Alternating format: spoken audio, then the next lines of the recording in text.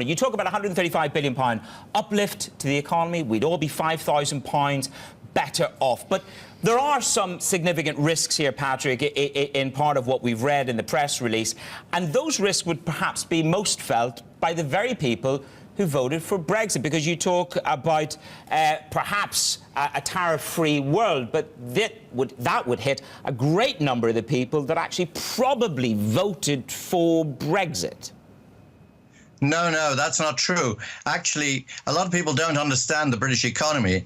The vast proportion of our economy is in services and is not protected by the EU. So what actually happens is that it's food and manufacturers, which are about a little over 10% of the economy, that are affected by the protection. And when that protection is removed, which is about 20%, prices fall 20% on those items, and that brings an 8% gain in living standards, fall in the CPI, to UK consumers. And it particularly brings a big fall in the CPI to low-income consumers who consume much more food, housing, and manufacturers. So, you know, the fact is the people who voted for Brexit knew what they were doing.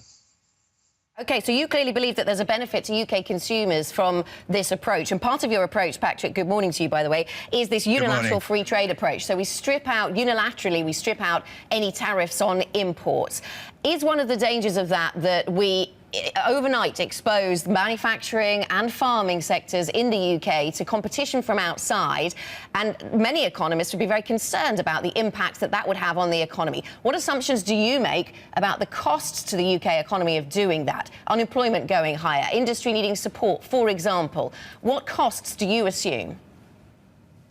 Well, the point to remember is that Brexit has brought a huge devaluation of 15%, which is massively boosting manufacturing and all traded sectors at the moment, actually including farming. But after Brexit, farmers will be directly helped by the UK government where it's necessary, and that's much less expensive than common agricultural policy and all these food tariffs. So put that on one side, they'll be directly dealt with. But does your analysis include that cost? So it includes the cost of the UK government supporting farmers and the cost of the UK government supporting manufacturers. For how long? Yes, No, you listen to my answer. The manufacturers are already being massively gaining from the devaluation of 15%.